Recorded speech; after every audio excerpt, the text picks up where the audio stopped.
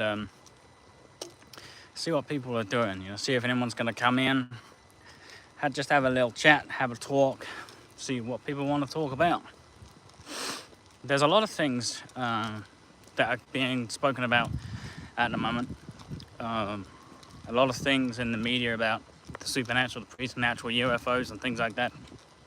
One of the top exorcists in the world just lost his position as exorcist because he said aliens are more likely demonic than not. And unfortunately, it's true. Aliens, they are demonic. The Blessed Mother, Our Lady, Virgin most powerful, Queen of Peace, Seat of Wisdom, Vessel of Honor, would not be appearing every single day for over 40 years on this planet after spending her 45 years, whatever it was, on this planet, just for something small that's coming. She is preparing us for something huge. There is a great deception coming. What was it Jesus said multiple times when he engaged with people? Be not deceived. Sorry, got an itch. Be not deceived. There is something coming that is huge. And what happened after the Epstein files were released? Apart from people doing nothing about it, no one saw a day in court, no one went to prison for it. Apart from that, they suddenly started speaking about aliens. Now, someone had a visit from Christ, I think it was in 2018, 2019, and he said, when they begin to speak about aliens, and aliens are, when the deception about aliens starts, I will be on my way. And look what's happening today. They got all of this rubbish in the news about aliens this, aliens that. It ain't happening. Aliens are demonic. First and foremost, they are demonic, right? How do we know? I can guarantee you, first off, if it was just other life forms, they would not want to come to a planet that tears itself apart in the name of lust, pride, vanity, and power. They wouldn't come to a planet where they have something as stupid as human rights when we're the humans. Human rights against what? Against each other? They wouldn't want to come to a planet that kills their children in the womb for the sake of stupidity, selfishness, sloth, secrecy. They wouldn't come to a planet that worships the one thing that is so against us, it's set out from day one to defeat us, and has been doing so for many years. It is demonic. Aliens are demonic. And the problem we have today is that there is so much technology out there that it's made to look like they have nothing to do with the supernatural or the preternatural. But they are. And here's how we're gonna know. When they come, and they will come and they will have all of these gifts for us. Cure for cancer, all the money that everyone needs. They'll have everything that can stop poverty, and they'll stop wars and everything else.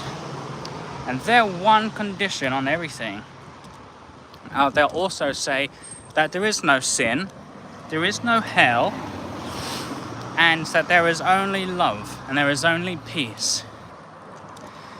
So we need to reject Christianity, we need to reject Jesus, the idea of hell,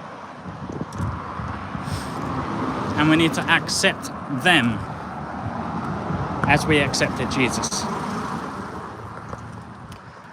That will be the main thing that will be coming from them, is reject the idea of Christianity or Jesus altogether and accept them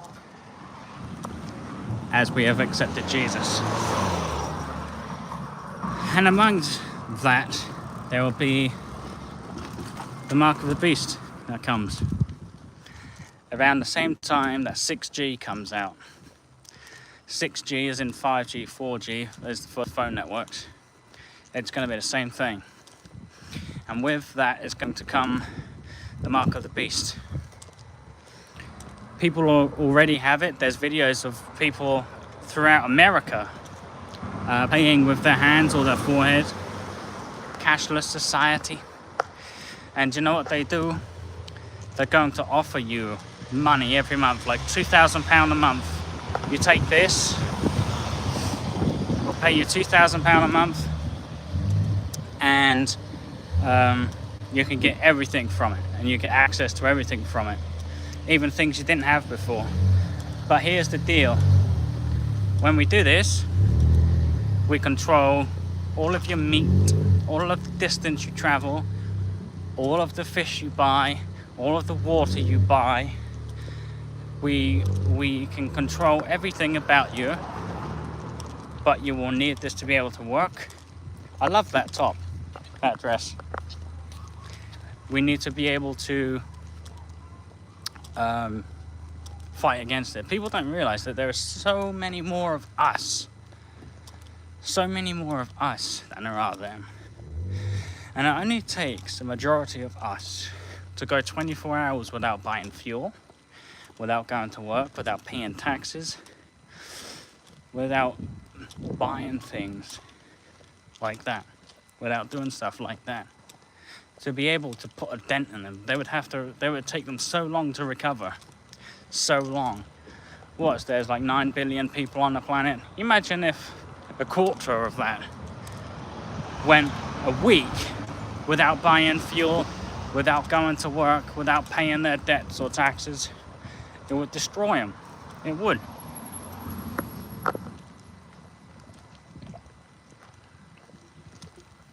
But not everything is physical. There is a war happening for your soul, and there is a fight going on. An invisible one that you don't see, but you feel it.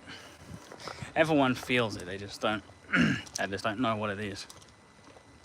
And unfortunately, for the most part, people aren't aware of it. People don't want to be aware of it because it then makes them come under conviction.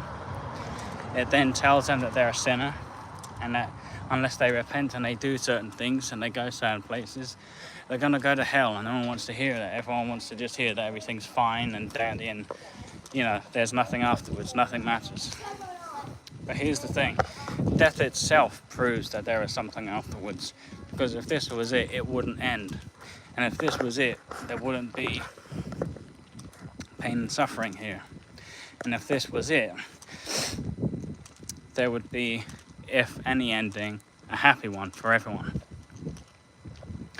The truth is, so many people don't want to believe in God because they think that God sends people to hell for not believing in Him, and they think that by not believing in Him and not choosing the devil directly, it saves them from it. But it doesn't. Jesus said, if you are not with me, you are against me. He didn't say, if you're not with me, then it's okay. You can basically be a good person, try your best, and I'll see you in heaven anyway. He didn't say that. Jesus was an extremely direct and to the point person.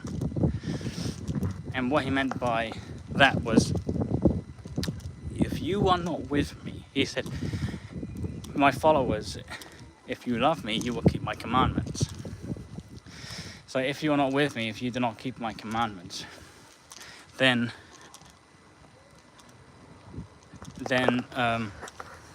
you are against me. You have forfeitingly chosen Satan. And you don't have to say, hey Satan, I choose you. You do it automatically by not choosing Jesus. And unfortunately, it's easier for people not to believe because they've got their TV, their phone, their money and sex and everything else that just pulls you away from anything eternal. And there is so much proof. Jesus said that when he returns, it will be like the days of Moses and Lot's day. Three things will appear: sexual perversion, the rainbow, and pride. All three of those things come under the same thing. They have perverted God's gift of sex into fornication. They have perverted God's gift of the rainbow, taken it from 7 colors to 6. And they have perverted, well, not perverted pride. Pride was already a perversion, but they have taken pride to a whole new level. You know, in the middle of the word Pride Month is the word demon. You know that? The whole thing is right in front of people's faces. People don't even realize it. It's such a shame. Anyway, I just wanted to see if anyone would come in, and they didn't, but someone's going to see this. So